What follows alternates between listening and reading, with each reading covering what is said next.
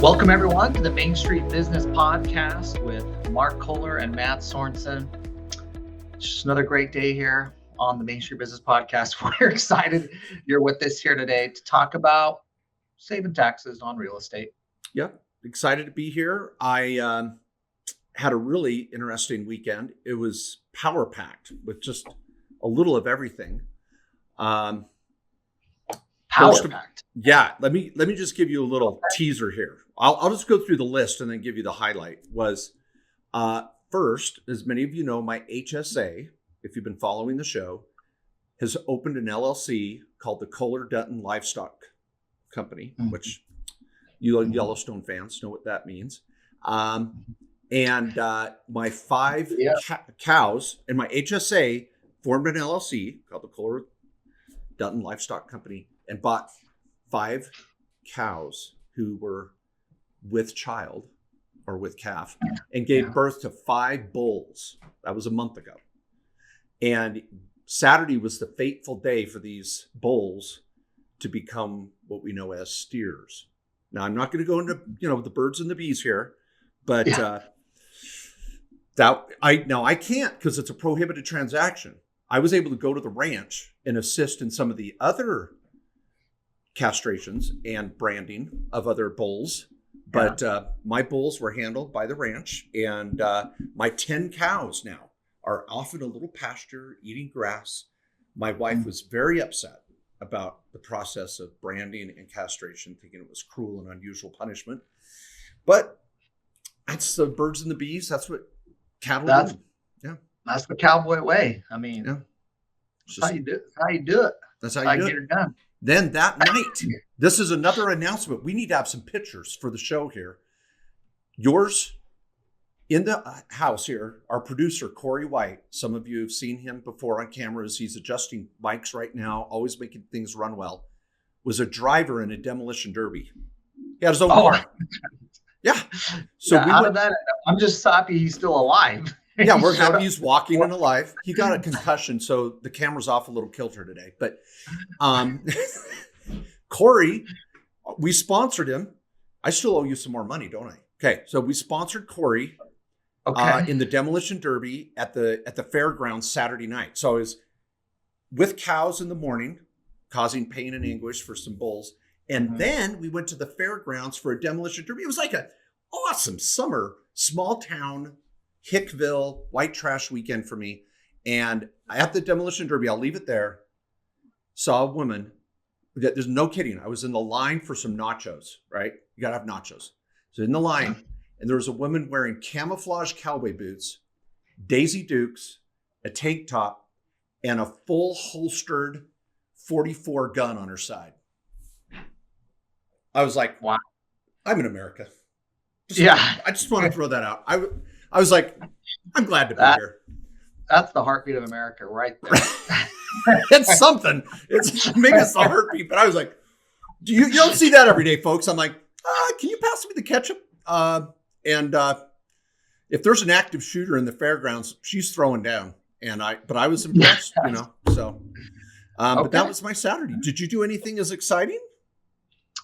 I mean, I was on vacation, actually. I on vacation with my daughters this weekend. Got some surfing in. Oh, nice. Mark, before Mark became a cowboy, he was a surfer. I can still play both teams. You can still? Okay. All right. Had a great time, though. Yes. How long was your board? It was a 10. Oh, so you went. Oh, see, Matt said he was surfing. He was really, for you surfers out there, he was longboarding. Yeah. Hey, I'm an old man. I mean, surfing. Yeah. I got to be. It was a 10, but anyways, it was a great time.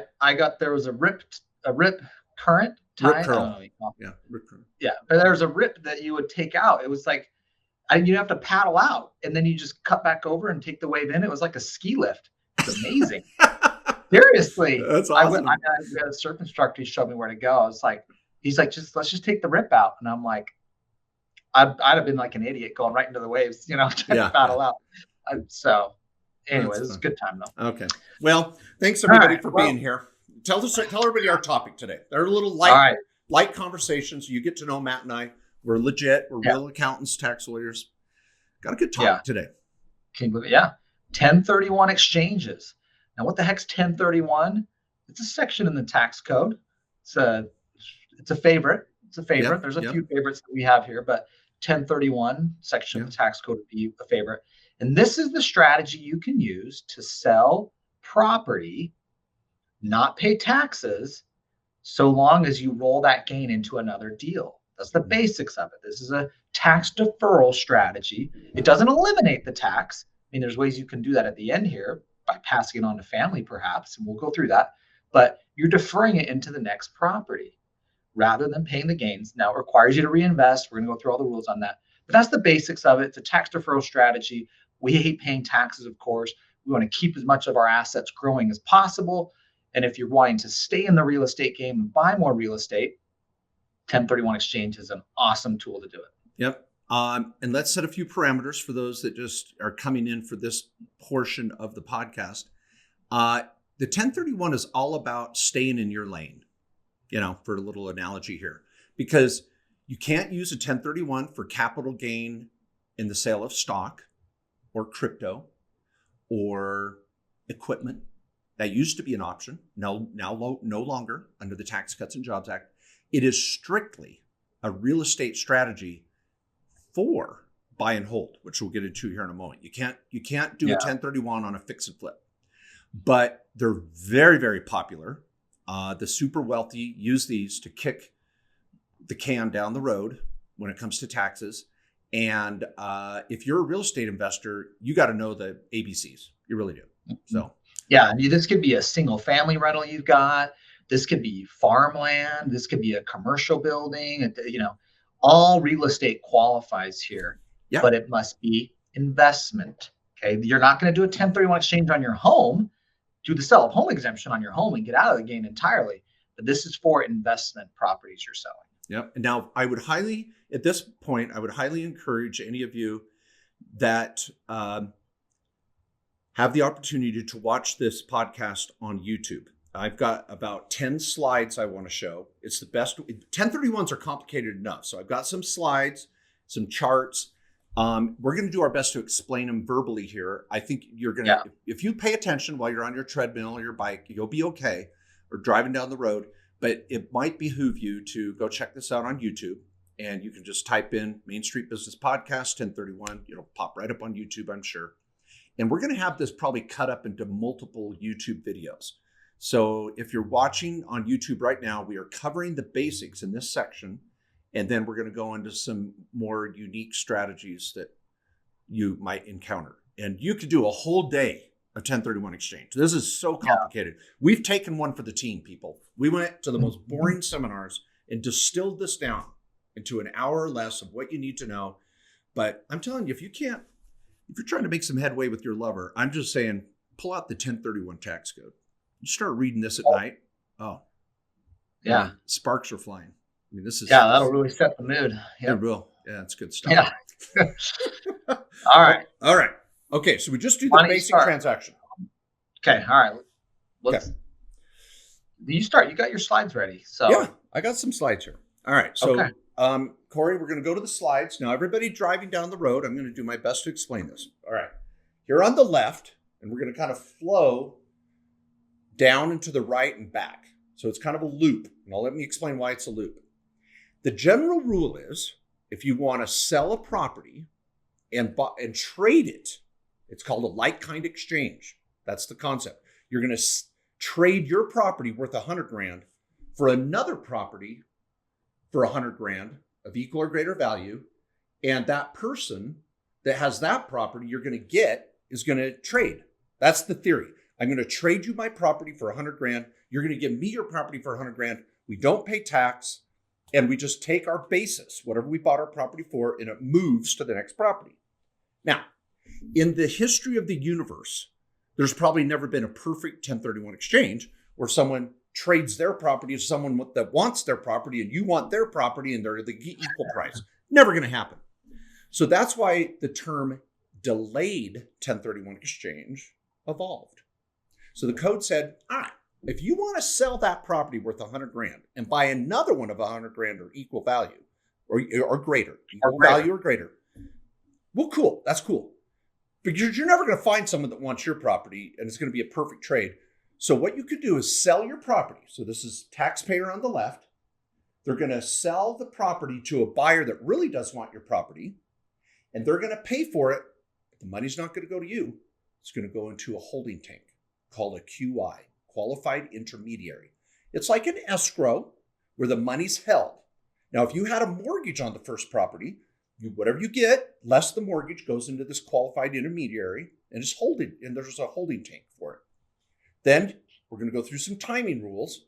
You're going to shop for the property you really want. So on our diagram, you're going to sell the property down to the buyer at the bottom of the diagram. The buyer's going to put the money in and it goes up to this holding tank in the middle. And then when you find your property you want, the money's going to go out to the right to the seller. And the property you really want is going to come back to you all the way to the beginning at the left. So it's kind of a little circle. It goes down to the right, then over to the right, and then back all the way to the left. And that's where you end up with a property of equal or greater value with the one you really wanted. But you can't touch the money. That's why you have to use the QI. And if you have to get the same mortgage amount or greater, you'll have to. And we can talk about that. But Matt, does that do it justice? That's kind of just the basic diagram. Yeah. And so at the end of the day, I can sell a property. Let's take the $100,000 example, roll that, all the gains I get from it. Maybe I'm selling it for 100. Who cares what I bought it for? I bought it for 50. I'm making 50 on it. So I'm getting 100 back. I'm going to invest that, reinvest and buy another property for 100. Now, maybe there was I paid off a loan for the other 50 when I sold the 100. And the profit of 50 goes to the QI, right? That's right. I just got to rebuy another property for 100,000 or more, and I might get a new loan, right? Or put in money, or put in more cash if I got it. Yep. Or maybe seller finance. The seller finances it. I get that will be some debt there. So it's not like just want to throw in. A lot of people are gonna have a loan in the mix here. So the gain and the money coming out is the key. You don't touch it. In the 1031, it's got to go into that holding tank, as Mark may called it. Yeah. I feel like that's like the, on Law and Order, that's where they go before they get booked. Go to the holding tank. Yeah. I've been in the holding tank. It's no fun. Cell. Yeah. Is that why that popped into mind after the demolition derby? Did you end up in the holding tank, Mark? Yeah. Is that why that was familiar? That's a story for another day. Okay. All right. Okay. But, attorney-client privilege, Okay. I won't tell him. But let me say this. I like where Matt's going. A lot of people get hung up on what's the gain? I've got to reinvest the gain. Nope. I don't care if you make 20 grand, 50 grand, 70 grand, or 10 grand. It's sales price buying something of equal or greater value. Doesn't matter what the gain is. Also, people get hung up on the mortgage. Well, I got a mortgage of 20 grand or 50 grand, or it doesn't matter. If you have to get more mortgage or put more money in, who cares? What matters is the sales price, and then the purchase price must be equal or greater of the replacement property. That's your basic 1031. Yeah, and we do care about the gain because that's where the tax savings is. Mm-hmm. So you generally want to be aware of it, but in terms of the qualifying of the 1031 and pulling it off, it doesn't really matter. That's not in the equation. Yeah. But we do care about it because that's what the tax savings is. So in that example of $100,000 property you bought for 50, the other 50,000 you're making is capital gain. You're going to pay tax on that. And let's say you're at the 20% bracket for capital gains. What is that? That's 10 grand. Yeah. And so you could roll that and obviously think of $1 million property. We're talking about $100,000, but you could rebuy a property and that gain, you're not paying tax. Okay. You're not sending money to the IRS. I like it. Now, what we're going to do now is stay with basics for a minute because we could dive deep on each one of these rules, but I'm just going to list them off if that's okay. Yeah. So everybody get the basic rules down. Then I know Matt's prepared something on what the Biden administration wants to do for 1031s. We'll talk about what if you're a partner on a property and want to do a 1031. What happens if you take boot, like you take some cash out. So we're going to talk about several little factors or common questions people have. That'll be separate videos probably on YouTube, but it's all here in one big podcast. But we're going to kind of carve out those more unique questions separately. Now, staying with the basics, let me go through. I've got 3 different slides here And I'm just going to go through these. And for those that are on YouTube, you'll be able to pause and zoom in or whatever. Okay. For rule number 1, you must hold both the property you traded and the property you receive for business or investment purposes. So it could be the building that you run your restaurant in or your dental practice. It could be a storage unit. It could actually be water rights, mineral rights, anything that has a real property deed. It could be raw land, and I could trade Mississippi swampland for a downtown LA high-rise. They're both real estate. When they say like kind, they don't mean the same kind of real estate. It's just real estate in general. And like Matt said, number 2, no, so I don't have it on a bullet point. It cannot be your home. It can't be your home. Yeah, but could it be Baltic Avenue for waterworks? Could it be Baltic Avenue for railroad? No, because I think waterworks and railroad constitute a company. And even though the company owns real estate, you got to trade real estate for actual deeded title real estate. You can't trade into a REIT. You can't trade into some of these unique funds that might own real estate. Now we're going to talk about TICs in a little later here, tenant in common ownership, where you might have multiple partners. We'll talk about some options there, but let's stick with this. Okay, number 2, the property traded must not be held primarily for sale, such as inventory, AKA fix and flip. You can't do it with fix and flip. And if you're a developer building spec homes, you can't 1031, because to you, those are inventory. 3rd, the properties must be tangible real estate. It cannot be stocks, notes, securities, or evidence of debt. So you can't trade a property for a note that's on real estate. Come on, it's a note on, doesn't matter. You need the real estate itself. Number 4, you must use a qualified intermediary if it's a delayed exchange. And we recommend tax and legal advice. You just talk to your accountant, talk to one of our tax lawyers or accountants. Just get someone to walk you through before you, because once you take the money, it's over. Can't do it. So no advice early on.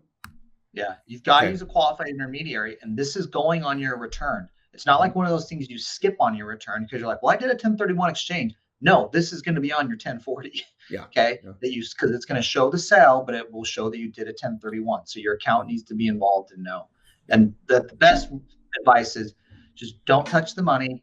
Have a qualified intermediary in place that knows when you're selling the property. You don't get the qualified intermediary ready when you're buying something. Okay. This is going to happen before you sell. You need to be planning this before you sell and close. I like it. Now, I'm going to hit the timing rules, which are part of the basic rules, and a couple other points. And then we'll get more unique here. Okay. Another point that's very basic, and I should have said by now, is you can trade one property and buy 3. You could sell 3 and buy 1. It's the cumulative purchase price that matters. So let's say, for example, or the selling price, cumulative, either way.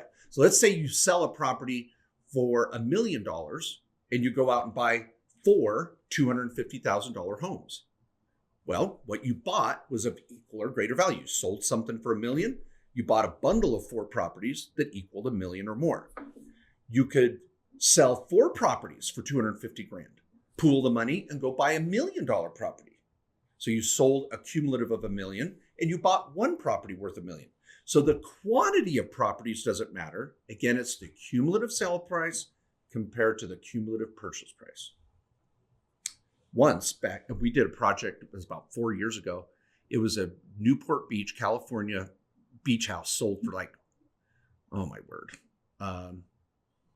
It was like $5 million. And we ended up buying 30 properties in a 1031 exchange. They were just, and they deployed the entire $5 million and 30 properties, and it worked out great. Okay, now here's the timing rules. The day you sell, let's say for ironically, you sold on January 1st of any given year. Let's just to keep it simple. You have 45 days from the day you sell to identify what you're going to do. The IRS says, hey, you can do a delayed exchange. That's cool, but you can't take 3 years to do it. So The minute you sell, that money better go into the QI in the holding tank.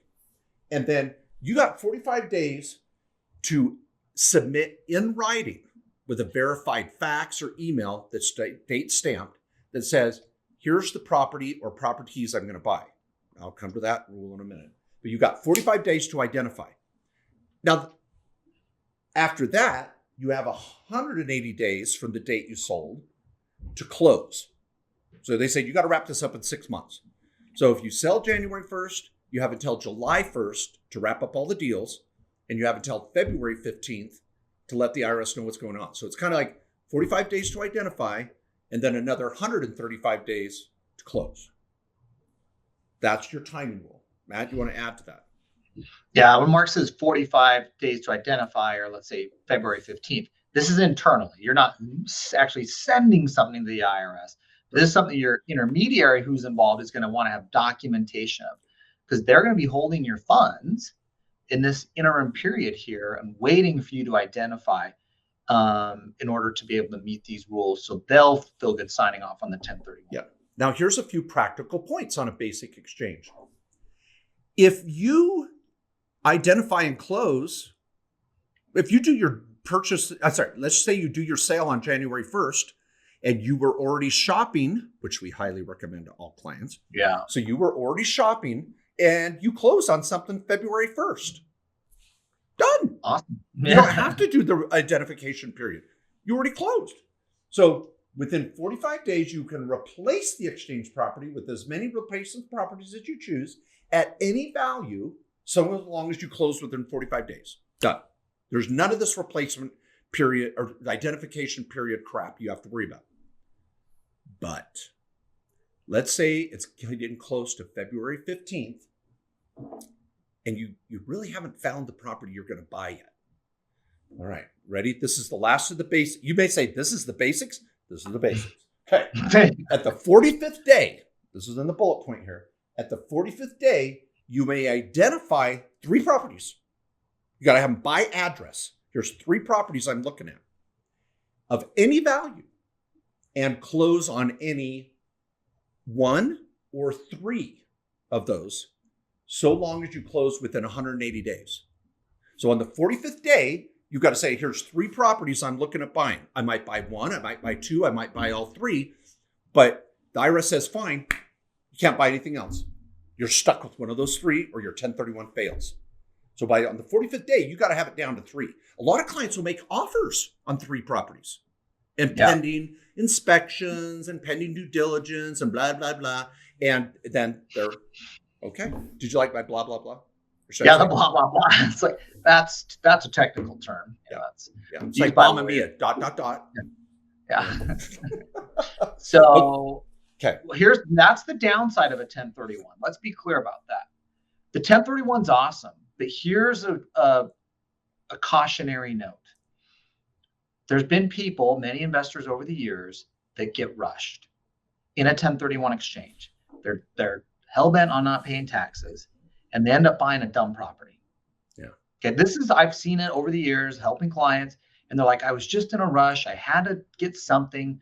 Generally, I wouldn't have otherwise bought this, but I just went in on it, and I just bought what I needed to keep the 1031 alive. Yeah. Okay, just be careful on that.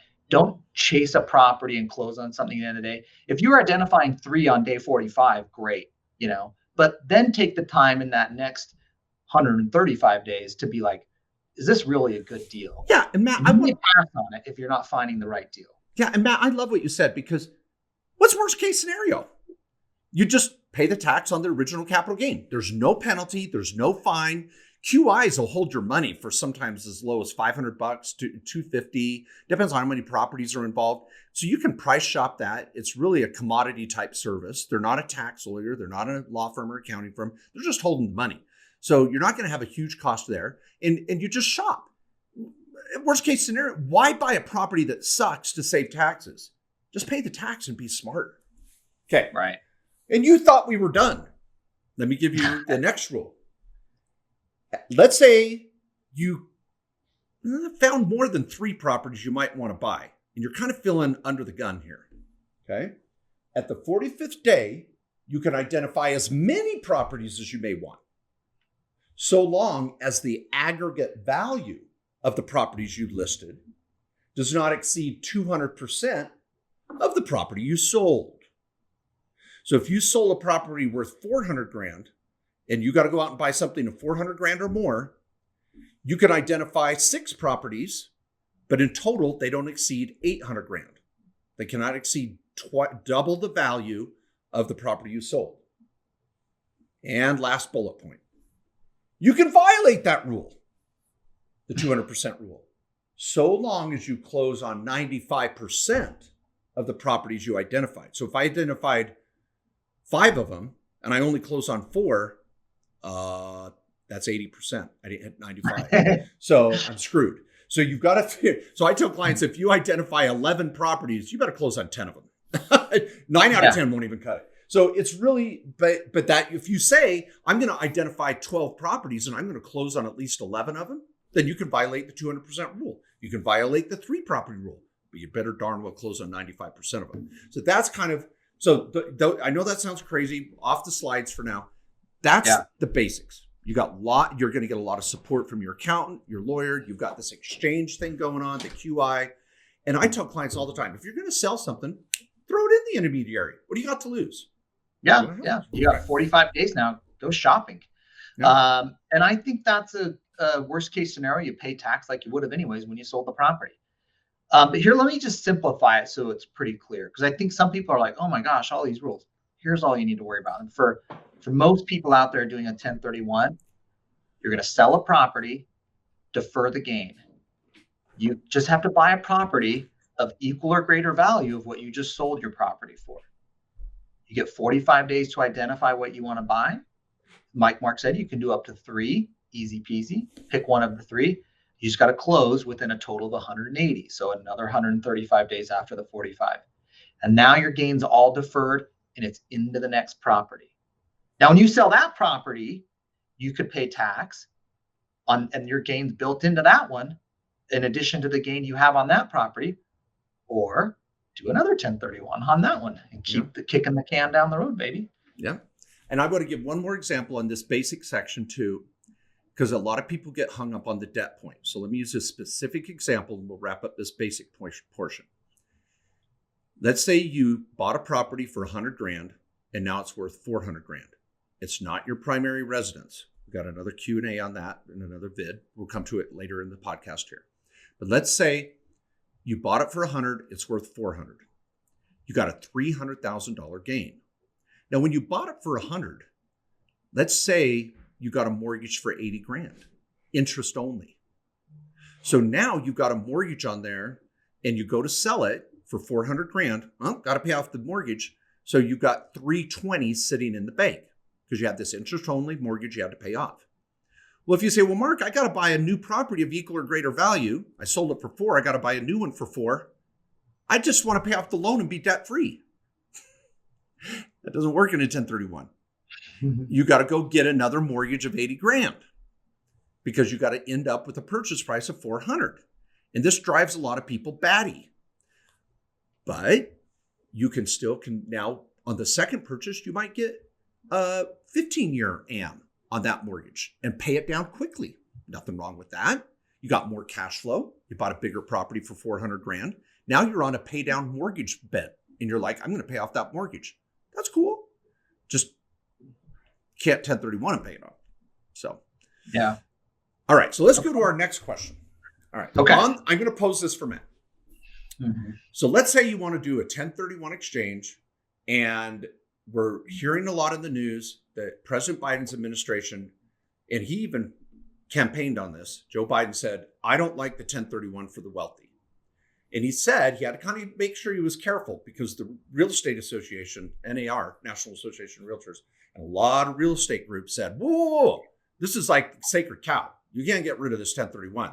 And so he kind of changed his position. And in the recent proposals this year, he said, okay, we'll keep the 1031, but if you're going to have a big profit, I don't want the super wealthy to get the full benefits of the 1031. So I'm going to kind of carve out rich people not getting as much benefit.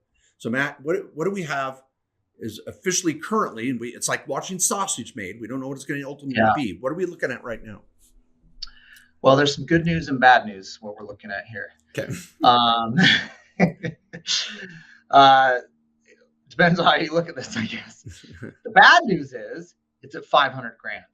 You can do a 1031 exchange up to a total of $500,000 of gain. Okay, this is not sales price. This is of gain, or what they've called profit in the proposals. Mm-hmm. Now, the real estate industry has basically came out and said, well, that basically takes that off the table for commercial apartments, all bigger properties.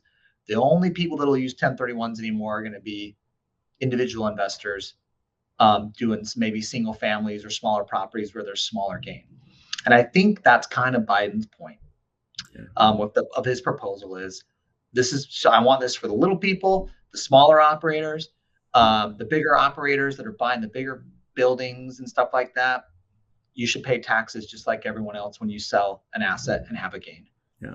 And whether you like it or not, I'm just saying that's the pitch. Yeah. And the pitch behind, and we're not trying to pick on President Biden here. There's a lot of us and you that like some of his proposals, and you may have voted for President Biden.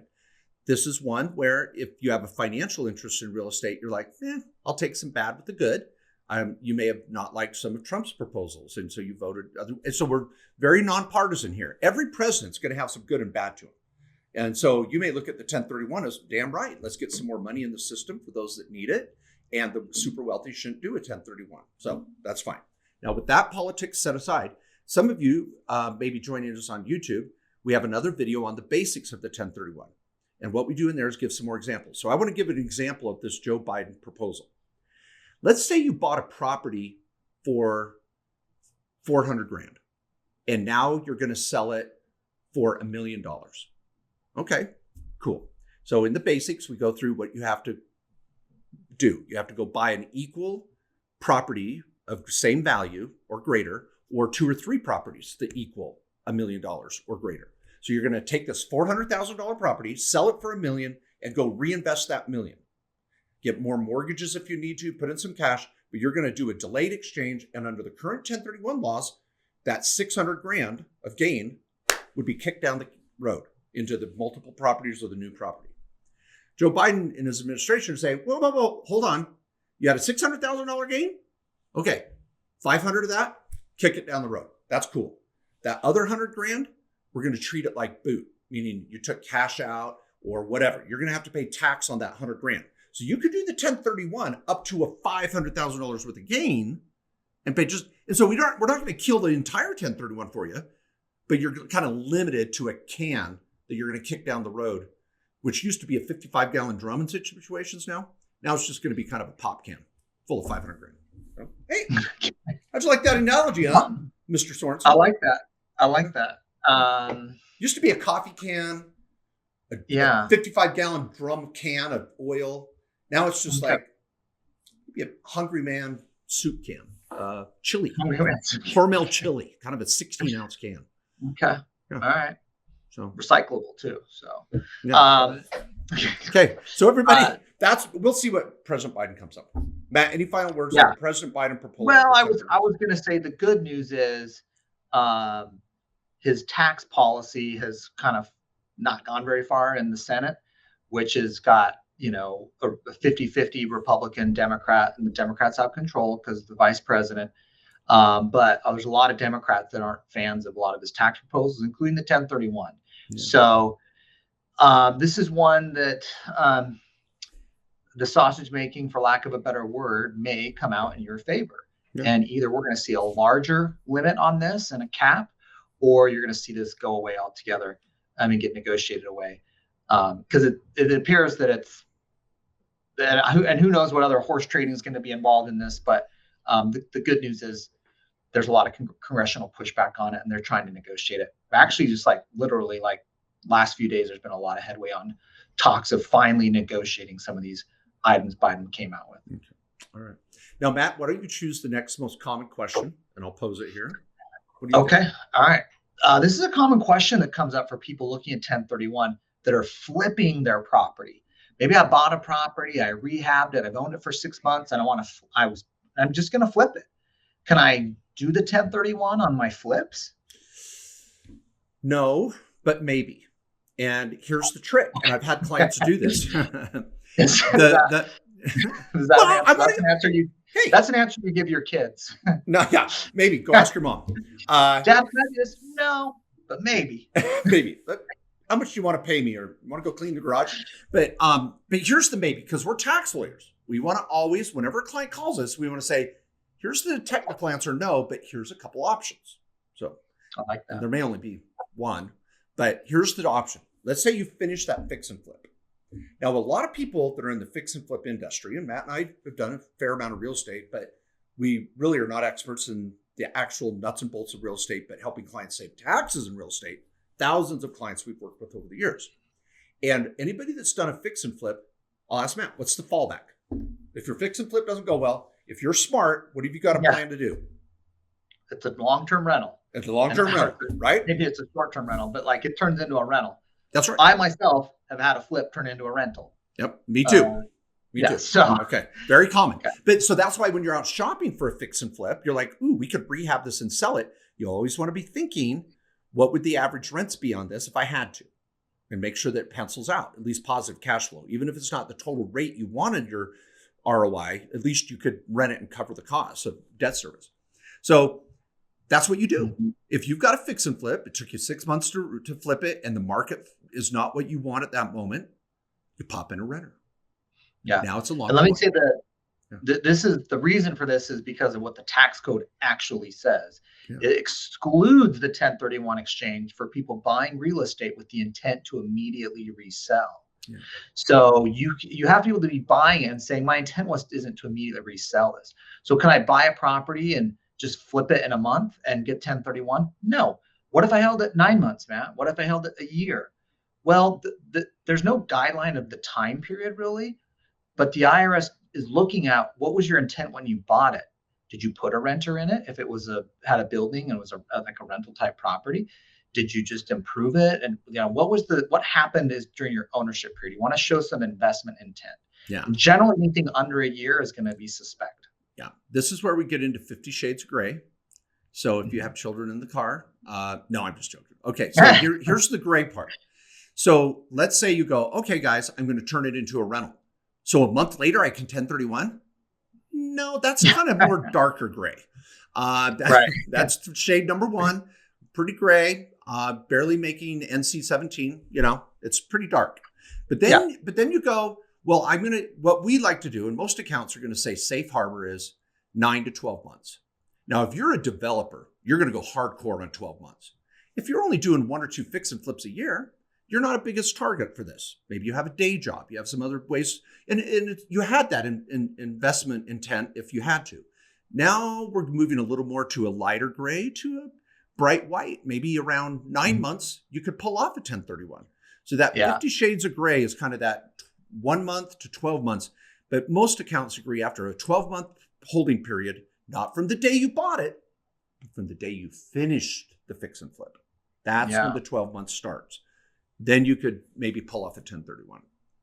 Yeah. And I think if you do that every year as well, you're like, okay, Matt, Mark, I'm just going to do one of those every year.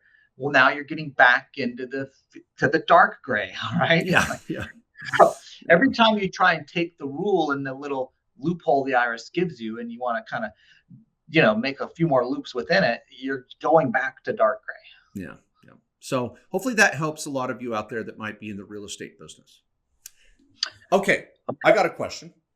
All right. A lot of people ask, can I do a 1031 with my home? Okay, but this is your personal home. The answer is no, but maybe. Now, what's funny about this, Matt? I literally got a text from a good friend of mine in California last night, and he's selling his home in California.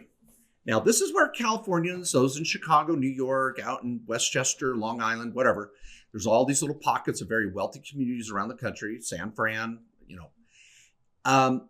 you may have bought that 2-bedroom, 1,000 square foot house for $1 million. Yeah. And now it's worth 2.5. Yeah. Okay. So tell us about the sale of home exemption. And then you know the way out of this. I mean, there's some options, but. Yeah, I mean, the nice thing about the sale of home exemption is you can get up to $250,000 of just getting totally excluded if you're single, $500,000 if you're married. Well, if I bought it for 100 and it's worth 2.5 now, I'm only going to get out of, if I'm a married couple, 500,000 of gain, and I'm going to pay tax on the other 100,000. Now, the cool thing about it is the sale of home exemption. If you owned it and lived in it for 2 out of the prior 5-year window, just think of 2 years really, owned it and lived in it for 2 years, I can then sell it and exclude 500,000 of gain. Now, anything on top of that, I am going to pay capital gains. But if this exemption exempts the tax. Remember, the 1031 is only deferring the tax till later, till you sell the next property, and then when you may not do a 1031. Yeah. Now, here's where we can get creative. Now, I'm going to go to the diagram. For those of you that are just catching this video, we shot a whole video on the basics of the 1031. So we highly encourage you to go look at that and get the numbers down. But let's talk about the tax tables. I know this seems like someone's going to swerve off the road. Yeah. Yeah. I'm interested now. There's an attention grabber. I'm just reeling him in, Matt. 5 people just unsubscribed. Okay. All now, right. Okay. For Mark's mom, who's still listening, everyone else is gone. Tax tables. Thank you. Okay. All right. Now, so we're going to look at this. How trading. Well, hold it. Let's do this. Okay. So check this out. I've got a chart here of the ordinary tax rates for 2020 and the capital gain rates for 2020. Now, if you're on YouTube, you're able to see this. If you're driving down the road, listening to the podcast, hang tight. Here's what I want to make a point of. Let's get some real numbers on the table. Matt threw out 100,000 and 2.5 million. Let's get a real example here. Let's say you bought a property for $1 million in this wealthy community, and now it's worth $2 million. And that's a fair assumption. We've had a run up over the last 13 years. So $1 million purchase of your primary residence, now it's worth $2 million. Now, the first thing you do is say, well, did I do any improvements? Because that would increase your basis. So let's say you put in $100,000 for a landscaping. Maybe you put on something permanent, attached fixture. You put on a new attachment to the room or remodel the garage. Any remodel or improvements to the home adds to your basis. So let's say you did $100,000. So you bought it for $1 million. You put in $100,000. That's your basis, 1.1 million, and now you're selling it for $2 million. Now, let's assume you're married. Matt, how can we exclude? 500,000. 500,000. So I've got 900,000 of gain minus the 500, free and clear. Don't have to do anything. Now I got a $400,000 capital gain. Oh, I heard about this 1031 exchange. I'm going to buy a new home of $2 million or greater. So I can just roll that 400,000 into the new home.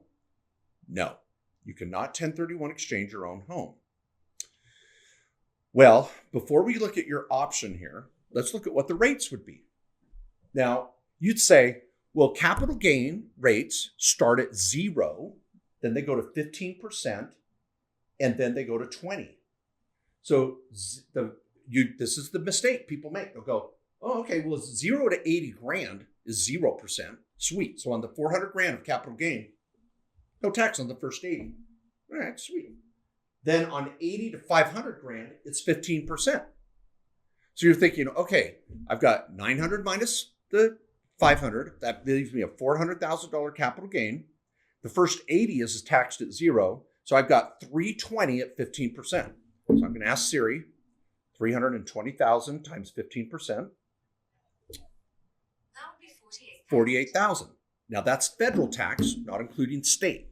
So you got to write a check for 48,000. Now you're selling this home for $2 million. You may say, fine, I'll pay the tax of 48,000. I can go take my money and run. Slow down, Tiger. In this next slide, you will see that as you assumed, I had this animation. I thought I had it turned off. In this animation slide, I kind of throw out, you think the capital gain tables apply to your capital gain separate from your ordinary rates. Nope. One would hope. One would only hope. That's wishful thinking. Yes, very wishful. And you're thinking, you mean the tax code screwed me over again? Hey, don't hate the player. Just hate the game. Yeah. I'm just bringing you the playbook. So what happens is it's called capital gain stacking. So what really happens is your long-term capital gain of 400,000 stacks onto your ordinary income to determine what bracket you're in for capital gain rates. So you still get the capital gain rates, but the bracket is based on the combination of your capital gain and ordinary. So let's say you have 200 grand of ordinary income, you and your spouse, day jobs, small business, whatever. Oh, 400 plus 200. Now I've got, minus your standard deduction, we're going to take a few assumptions here, but let's say I've got 600 grand of taxable income. I go back to my table now and I go, oh, now I'm in a whole different bracket. The first 500 is 15%, but everything over 500 is at 20%. Oh, crap. So now I'm getting no zero. And based on your ordinary income, you might get popped into the 20% bracket. And you might think you were finished at that point. But Obamacare kicks in at 3.8%. For those that are married, it kicks in this additional 3.8%. I got to pull over here to my table on Sometimes that. this is called the investment income tax, I believe. Yes, this is the ACA, Affordable Cares Act investment tax, and it kicks in at 3.8% on the first 200 grand if you're single, 250 if you're married. So what was your capital gain? 400. So everything over 250, that would be another 150 grand at 3.8%. And don't forget your state tax. Oh, man, I feel like I'm just ruining someone's day, kicking them in the ground. So here's the point. I'm going to tee this up for Matt Sorensen. So we got all these taxes on this additional capital gain. I'm thinking twice about selling my home now if I can't exclude any more than the 500. What's my option, Matt? Well, I mean, you could always turn this into a rental. Woo! Matt Sorensen, have you ever done that? I have done that, actually. I thought you'd be a perfect candidate to explain this. Yeah, I like this strategy from just sometimes when buying, the right time to buy real estate is usually not the right time to sell real estate, right? Doesn't that make sense? Mm-hmm. So if you're buying real estate, and even your home, a lot of times when you're buying your home, you're changing jobs or moving locations. Or there's many other things going on that you can't control. But say in general, if you're buying real estate, it's usually not a good time to sell. So if you don't need to sell your home, don't turn it into a rental. All right. Mm-hmm. And you've already got the mortgage in place. You probably got it at a lower rate, a smaller payment. You're going to cash flow it immediately from the get-go. And now just keep that as a rental. And later on, if you want to sell it and buy a bigger property, now you can do the 1031. Yeah. Now you're going to give up the sale of home exemption, though. All right. Whoa. If you're out of it for 3 years. Boom. Okay. Yeah. All right. Well, yeah. So remember the rule on the sale of home exemption. You had to live in it 2 out of the last 5 years. So let's go back to this example. You bought it for $1 million. You put in 100 grand. It's now worth 2. You sell it now. You have a 500,000 exemption. You pay tax on 400. It's adding up quick. You're freaking out. You turn it into a rental. Airbnb, VRBO. Maybe you leave some furniture in. Maybe you don't. Maybe you get a leasing tenant on an option to buy. So now you've got a lease to own tenant that's going to take care of it with a huge down payment as a tenant that you're going to apply to the purchase price down the road. So now you go to sell it a year later, 2 years later, 2 years and 364 days later. So you have 3 years to meet that 2 out of 5 year window. So if you sell it 2 years later, you still get the $500,000 exemption, and the 400, kick it down the road, baby. But that 400 is bifurcated based on the value of the property. So you take 400 grand divided by 2 million, or is it the total gain? Oh boy, I'd have to figure out.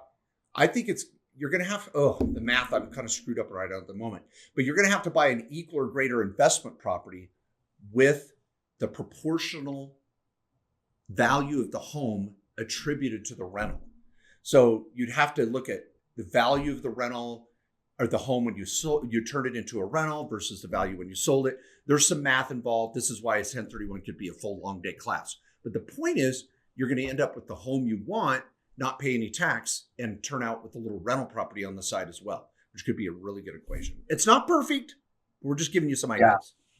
Yeah. Okay. So that's the no, but maybe.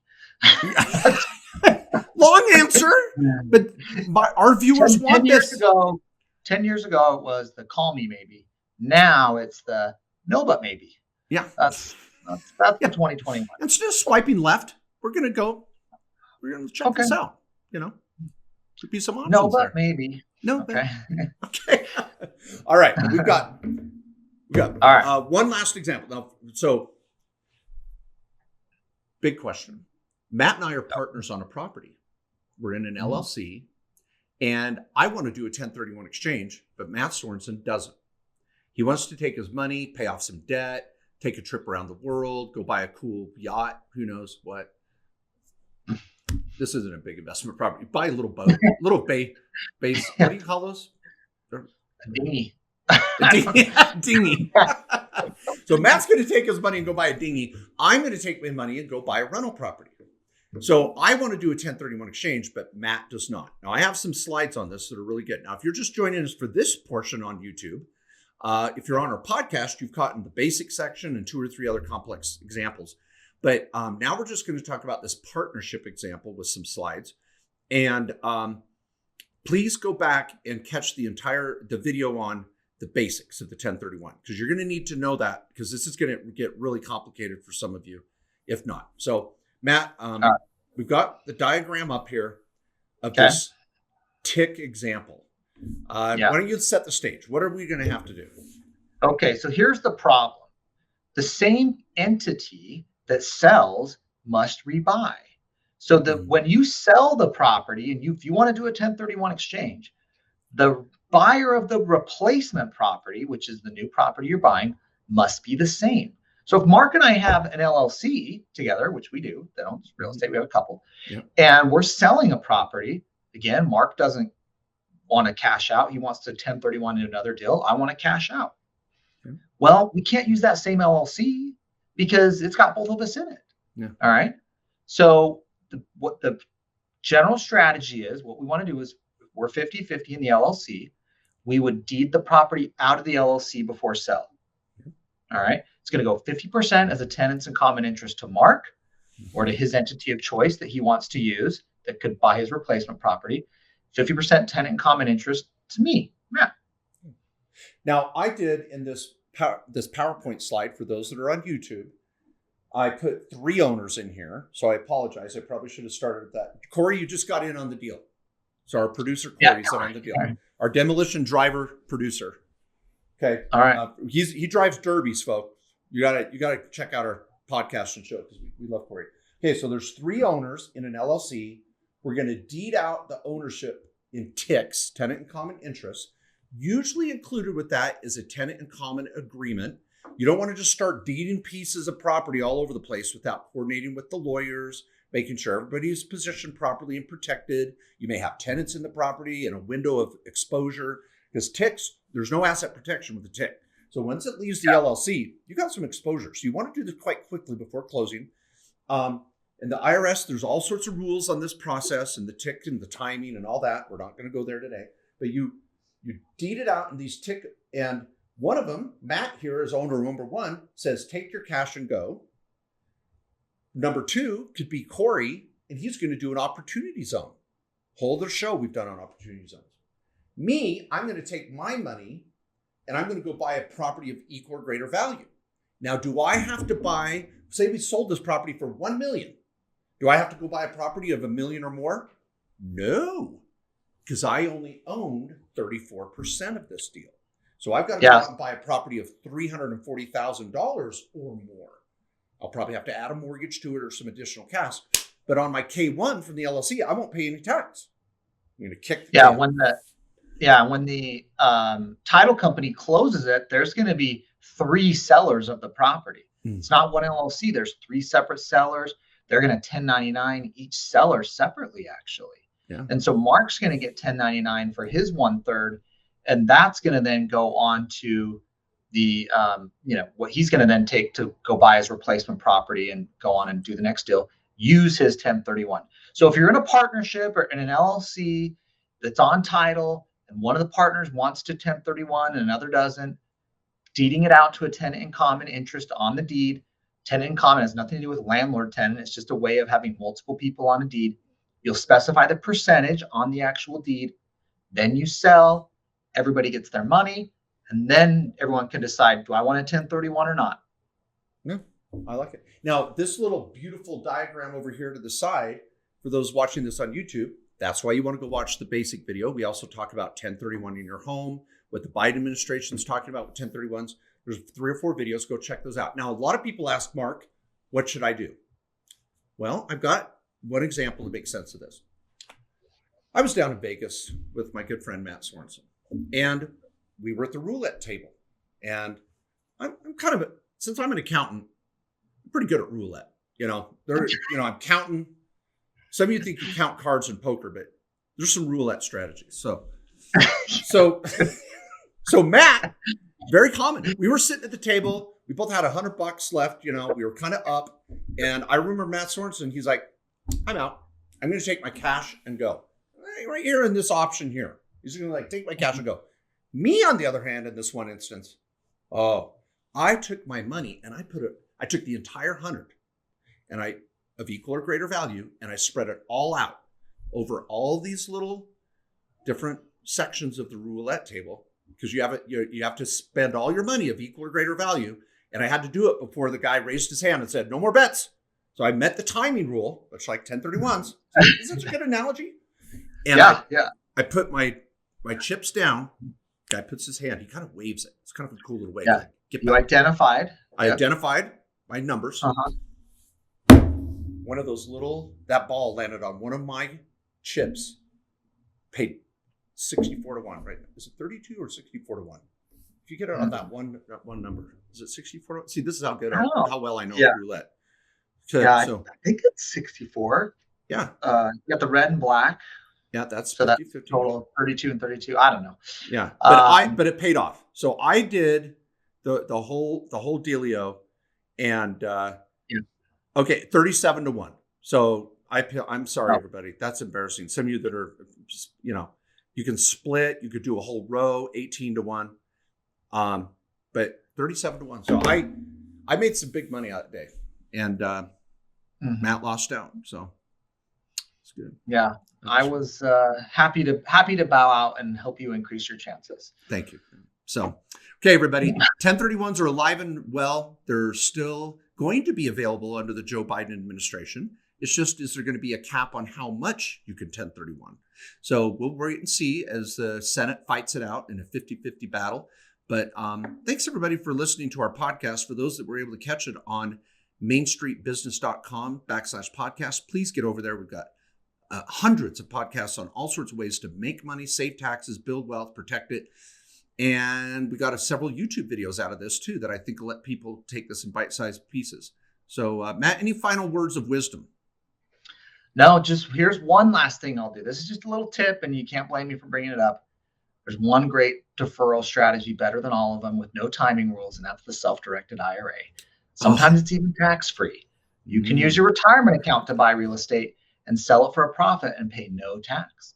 So if you're not familiar with that, of course, you get a lot of content on that on here on Main Street Business and on our sister podcast, Directed IRA.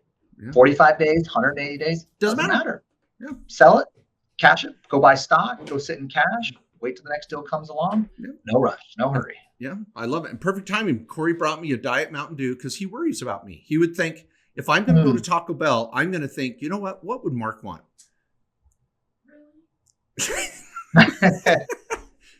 Was that passive aggressive enough? Yeah. Okay. All right, everybody. We'll see you here next week.